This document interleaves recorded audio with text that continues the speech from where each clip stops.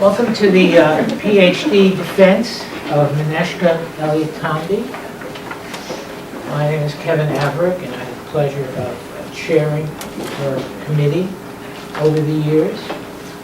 And I'd like to introduce the other two members of the committee. My student and colleague, Mohammed Nimer, who was among the very first PhDs here at ICAR in those days, who's gone on to a very, very distinguished career as a scholar practitioner and is now a professor in the School of International Studies at American University. And my colleague Sandy Cheldelin, who is the Lynch Professor of Conflict Resolution, a former director of ICAR. And of course, our candidate, Maneshka Eliatamby. Let me say a little bit about her. She received her BA in IR at the University of South Carolina in Columbia, and her master's degree at the Institute for Conflict Analysis and Resolution in 2007. Maneshka is co-editor of the book Women Waging War and Peace with Sandy Cheldelin, and her other book publications include Peacemaking and the Legacy of Martin Luther King Jr., co-authored with Johnny Mack, our Rice Fellow, in Peacemaking, Comprehensive Theory and Practice Reference, and Women's Lives After Warfare. Maneshka's other writings have appeared in the Africa Peace and Conflict Journal and USAID publications. She has taught conflict resolution and peace building at the School of Conflict Analysis and Resolution here. And her fellowships include the Mason Provost Fellowship, the Hunt Inclusive Security Fellowship, the Mahub al-Haq Fellowship, the Drusi French Combi Fellowship, the Point of View Fellowship. This is because she's been around so long that she has accrued every fellowship that we were able to award. And currently she is a Senior Vice President and Chief Programming Officer at Communities Without Boundaries International, where she carries out peace building and development programs focusing on nonviolence and youth in the Balkans, East Africa, Nigeria, South Africa, South Asia, and the United States. So I'm glad to see such a large crowd of friends, family, and supporters. The way this will work is Maneshka will present a précis of her dissertation in no more than 29 minutes and 32 seconds. And then the committee will make comments and ask questions. We always start with our honored guest, so Mohammed will go first, and then Sandy, and then myself. And we'll go around until either the candidate or the committee has exhausted itself. And then we'll have a little bit of time for some questions or comments from the audience. So, Maneshka, please.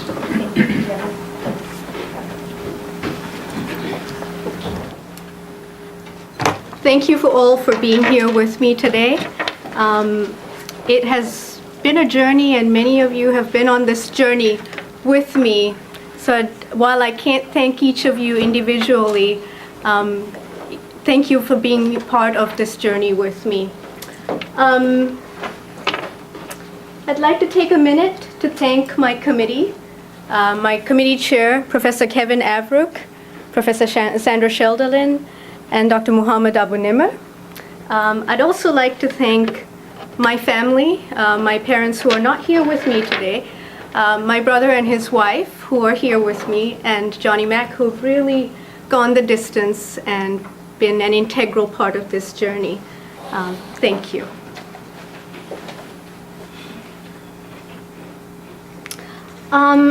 Before I begin, it's important to know who I am as Maneshka Eliatamby, the doctoral candidate, but also Maneshka Eliatamby, the researcher and the practitioner. Because you will see that especially towards the end of my dissertation, my work is very practice-oriented, and I leave very practical leave behind with this dissertation. Didactically, my experience is as a field practitioner. I came to academia after being in practice for several years, And so pedagogically, I'm both a practitioner and now maybe I'll be a member of the academy if my committee passes me. And it will become evident if you have the time to read my dissertation. Chapter 9 especially is very practice and practical oriented. The outline of today's presentation is going to be, I'm going to talk about the relevance of this study, the goals of my dissertation, the history of the war in Sri Lanka. I will delve into very briefly the methodology that I used, my findings, and then my next steps and recommendations.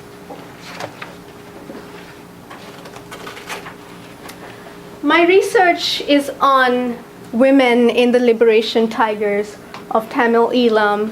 The liberation tigers of Tamil Eelam are known by many to have been one of the most ruthless terrorist groups in the world. Between 1983 and May of 2009, they fought a war with the Sri Lankan government, which took a little over 100,000 lives and left approximately 3 million people displaced. One of their trademarks was the suicide vest and the suicide bomb. And between 1983 and 2000, they carried out 56% of all of the world's suicide bombings. Incidentally, women carried out 30% of that. The women in the LTTE belong to 4 different groups, and we'll go into more of the detail. But this is a picture of a young female carder carrying her gun, which is almost as big as her. This is a quote from one of the male carders that I was able to interview. He said, the women were more ruthless and fierce than the men. There was one woman who killed 115 Special Task Force police officers in the year 1987. Why do I look at this topic? Well, I look at it because very often when we look at the war canvas, we see women being portrayed as mostly victims, maternal figures, and peacemakers. And my dissertation found that there is an element of that war canvas which is most often missing from the story that's told. And this is the story of women's agency and women as agents, as in their combat agency. There are 3 storylines that I found that are dominant about women. The first ignores women as combatants completely. The second romanticizes women. This romanticization is mostly when women are looked at as combat wives or soldier wives, or those that are forcefully conscripted without any agency. And the third narrative, which is more recent and has been coming out over the last 2 years, is a criticism of women in combat, especially those women in the US Armed Forces who have gone out to Iraq, and there's this backlash against them. So my argument is that women are too often subordinated or completely obfuscated in favor of men's narratives, and it ignores women's agency. So why is it important that we ignore these women? Well, it's important because we fail women on 3 counts. We fail them prospectively, during war, and post-war. Prospectively, we fail to provide strategies of nonviolence for addressing women before they enter combat. We don't provide them alternatives to adopting violence very often. We leave them vulnerable. During war, we expect them to put down their guns without knowing why it is that they picked up the gun in the first place. And in post-war, very often, we expect women to engage in disarmament, demobilization, rehabilitation, and reintegration, which is tailored to male combatants. So, in most respects, we fail these female combatants. So my dissertation explores the degree of women's involvement in the liberation tigers of Tamil Eelam. I look specifically at the structural, the cultural and the individual factors that led to women becoming involved in combat, the various rationale for varying levels of lethality, and the alterations that followed, both for the women as well as for the society from which they come. The theoretical framework that I used is, I call this my theoretical scaffolding. I used Veena Das's writings on trauma. Her writings on trauma are based on research that was done on women that were raped and traumatized during the partition of India and Pakistan. And she looks at specifically how women use their bodies as platforms for grieving. Femic Vulcan provides us a lens with which to understand how individual and group trauma is transformed into a group's chosen trauma and contributes towards the mindset of adopting violence. And then finally, Lonnie Athens, a criminologist, provides me the lens by which I was able to understand how a woman goes from being the victim of trauma to one that is able to carry out the trauma. Very briefly, the historical context that I delve into, I look mostly at the colonial and post-independence era. I did go back about 2,800 years, but I cut most of that out because it was really not relevant to the most recent wave of women engaging in combat. During the colonial era, there were two specific instances which contributed towards women, Tamil women especially, being aggrieved. The divide and rule policy, which the British and the Dutch instituted, favored the minorities on the island. So it favored the Tamils, the Dutch burghers, and the Muslims. And so the Sinhalese were aggrieved by this situation. The British also brought in Tamil labor from South India to work on the plantations. And this really antagonized the situation even more. And so as soon as the British left in 1948, we saw the Sri Lankan government create what was called the Citizenship Act of 1948, where they took away the citizenship of about 500,000 Tamils who were plantation workers, and they repatriated them back to India after they had been living on the island for several generations. The Sinhala Only Act of 1956 made Sinhalese the national language within 24 hours of the act being passed. So if you were going to school today in your own language, you best know Sinhalese really well by tomorrow, because that's what language you'll be going to school in. And that's what language was required for commerce and any state activity as well. So most Tamils, Muslims, and Dutch burghers ended up losing their jobs overnight. The Education Standardization Act of 1971, it determined whether or not you would go to university based on your ethnicity. And then the ethnic riots of 1958 and 1983. 1983 was the worst, where approximately 5,000 Tamils lost their lives in the capital city of Colombo in July of 1983. And this really was the platform upon which the LTTE received much legitimization and was the turning point, which is really important to women, because 1 month after this trauma, they became combatants. They joined combat forces. The context of the war is that the LTTE was born in 1976. 16 young boys and men made up the LTTE. They did not have as much legitimacy from among their own society until they carried out an ambush called 4-4 Bravo on the Sri Lankan military in 1983. It was followed by the Black July riots, which killed the 5,000 people. The Indian peacekeeping force came into Sri Lanka in 1987 and stayed on till 1991. Unfortunately, the Indian peacekeeping force earned itself the name the Innocent People Killing Force instead of the Indian Peacekeeping Force, because of the brutal rapes and massacres that they carried out. I met several women who even today are incredibly traumatized by what the Indian peacekeeping force did. They speak of the Indian peacekeeping force trauma almost as though it happened just yesterday. There was a ceasefire between 2001 and 2006, which was brokered by the Norwegians and Japanese governments.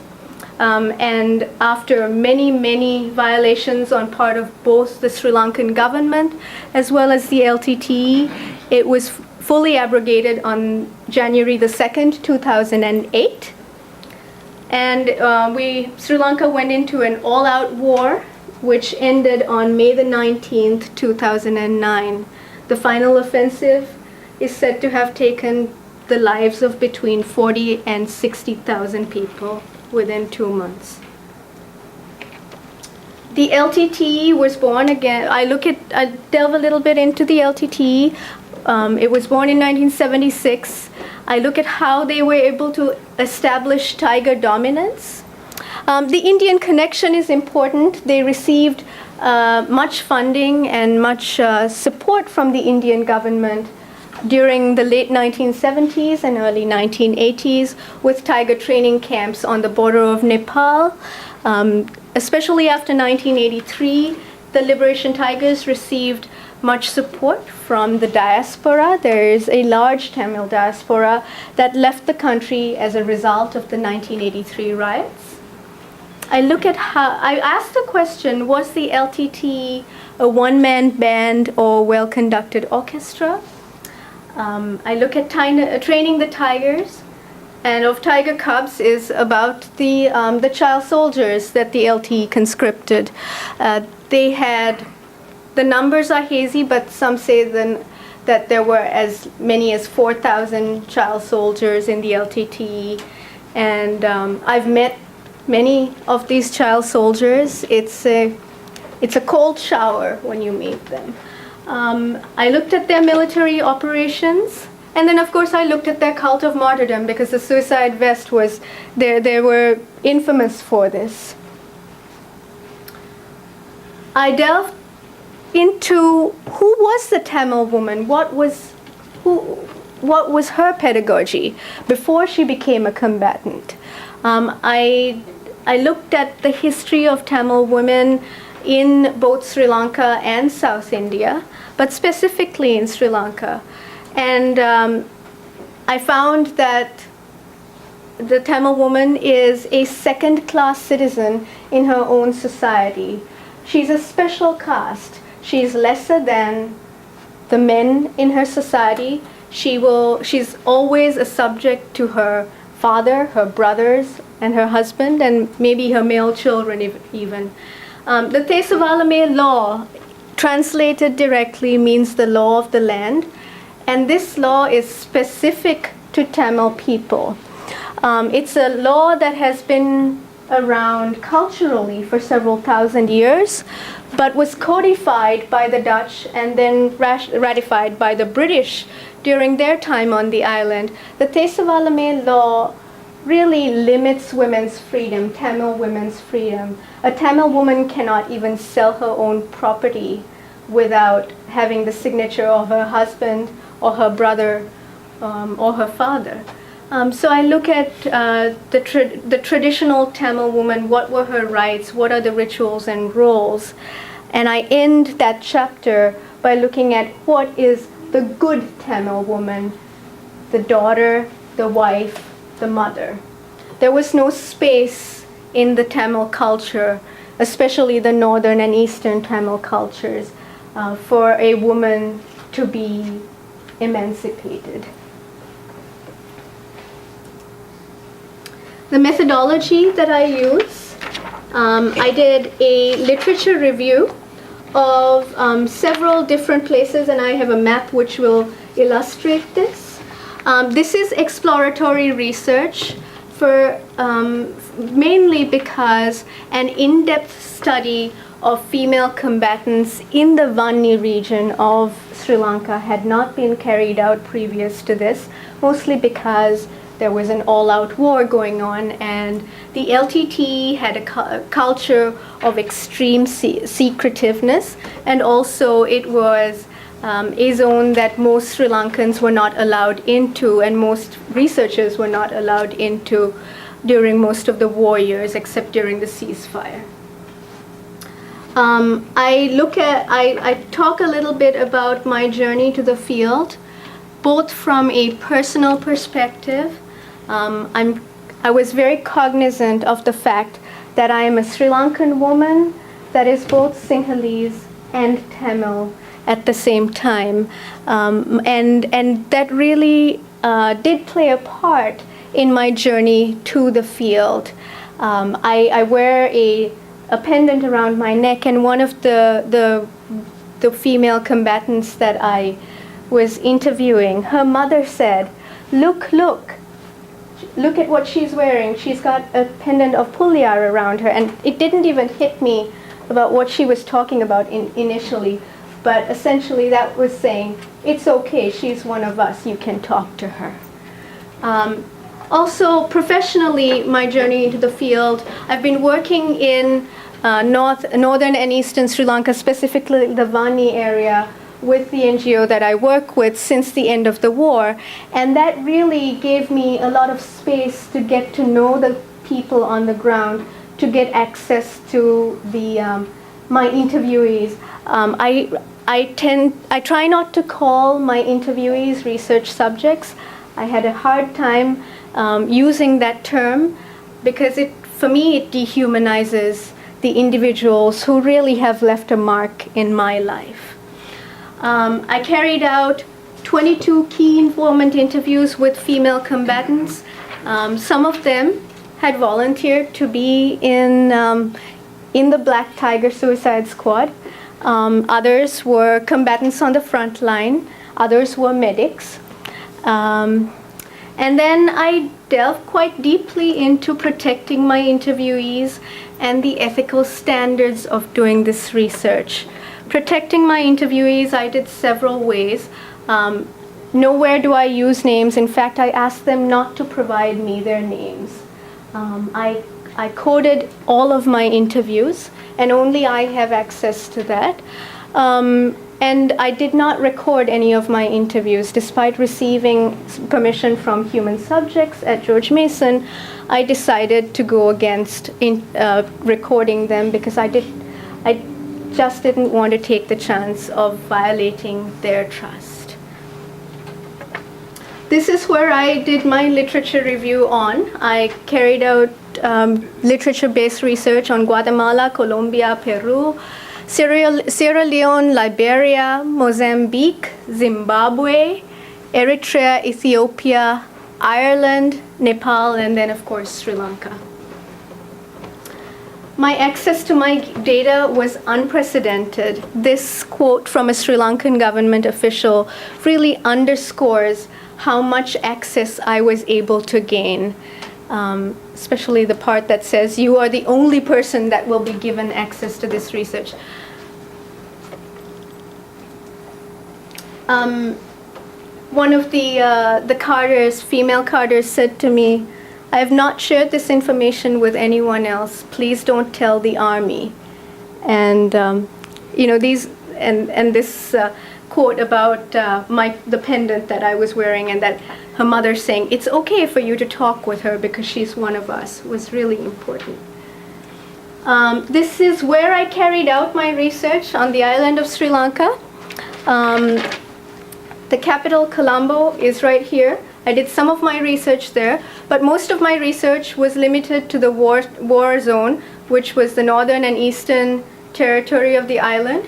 I did research in Jaffna, which is the capital of the north, and Batticaloa, the capital of the east, but most of my research was in Malawi Tunukai, which is marked with an A, which is right in the middle of the Vani region, the heart of LTT country, and Vavonia. Malawi, by the way, was the nerve center of the liberation tigers of Tamil Eelam, and they provided most of the manpower and woman power for the liberation tigers.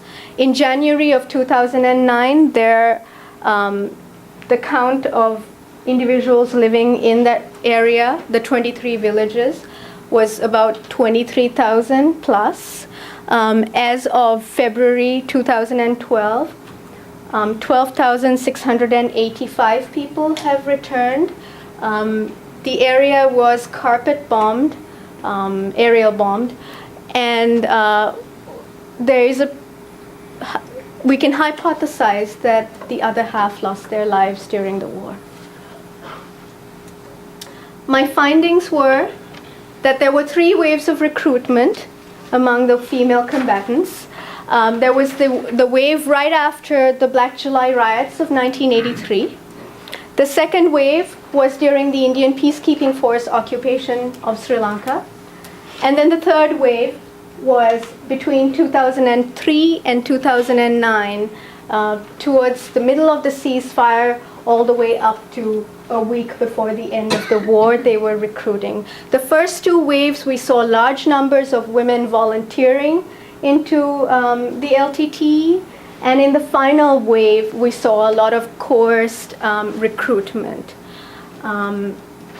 Especially a lot of the child soldier recruitment appears to have occurred in the final wave. I looked at, using Veena Das's work, I looked at how women took the trauma that had been imposed upon them, their rape, their seeing their children being killed in front of their own eyes, seeing their brothers and sisters being murdered, looked at how they took that trauma, and depending on their level of victimhood, their revenge, their level of revenge would change. And they used their trauma as the LTT as a platform upon which they were able to play out their grief. And what exactly do I mean by this? Well, the LTT provided them a platform where they could, the violence was legitimized, and they could carry out their violent revenge that way. Especially in the case of the suicide bombers, this was very relevant. Very often, especially in the first 2 waves, the violence was legitimized by the family, and this is very important because when your primary support structure legitimizes the violence and says, go out there and fight against the people who brutalized your brother or sister, there is a heightened level of legitimacy. There was also secondary propaganda and coaching that came from the LTTE itself. The Sri Lankan population is a highly literate population. Their literacy rate is above 98%. And the LTT used this to their own benefit. They had booklets and leaflets that they would hand out. I have a graphic of one of the posters and booklets that they used at the back of my dissertation for anyone that wants to see this. They also had a TV channel, and they used street dramas. They would go into the schools and recruit children and youth from the schools. The LTT did use women for their tactical advantage as well, because it was easier for a woman to get through a checkpoint with grenades hidden in crevices, and she could wear a suicide belt initially without a problem. And then I look at how the training was also used as a propaganda tactic, how violentization takes place during training as well. And of course, one of the most important findings is how women reposition themselves in Tamil culture as a result of their engagement in combat, and we'll see this in this next slide. This is pretty much a summary of my findings. This column over here is the Tamil culture, the structure, the group. This column over here is the Tamil female individual, and this dark black column over here is the LTTE. We see that there were moments of structural violence, like the 1956 Singular Only Act and the 1948 Citizenship Act, which led to a meta-narrative being formed among the Tamil people, However, they did the LTT formed in 1976, but they didn't really receive legitimacy until 1983. 1983 was a big moment in Tamil history and Sri Lankan history with the death of so many individuals. The ethnically targeted violence caused individual legitimacy and societal legitimacy. The LTT received individual and societal legitimacy. And so by the end of 1983, the LTT was recognized as the representative, so to speak, of the northern and eastern Tamil people. We see how throughout the years, the individual trauma is then transformed into a chosen trauma, both at the individual level as well as at the group level, and then how there is an acceptance of violence. The LTT provides the women a platform upon which to mourn, and then the LTT themselves use propaganda to brutalize and subjugate women. And this new position over here is the new position of the women. That's the violent individual. If you have any questions about this diagram, we can discuss. This diagram looks at the repositioning of the Tamil woman. This is the first wave which I talked about from 83 to 87. This is the second wave from 87 to about 93. And then the third wave from 2003 to 2009.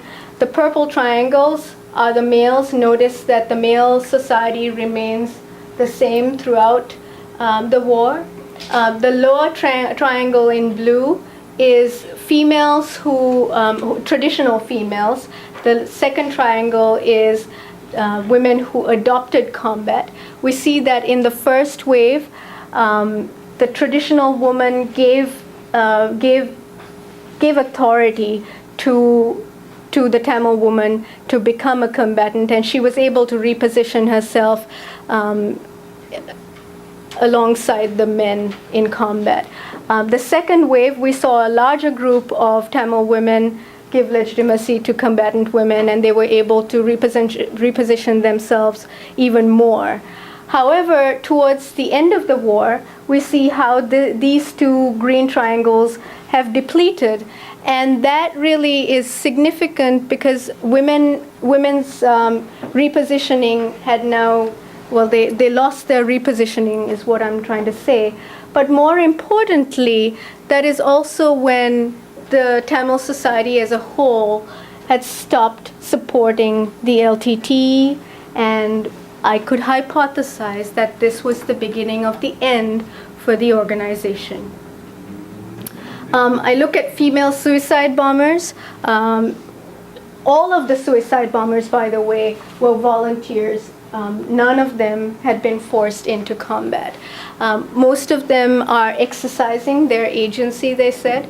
And when she employs the suicide belt, she's at once taking on the fight of the Liberation Tigers of Tamil Eelam, but she's also taking on a different fight. She's taking on, she's liberating herself from the ties of the individual trauma that has been imposed on her, but she's also liberating herself from collective fetters of Tamil patriarchy and state oppression.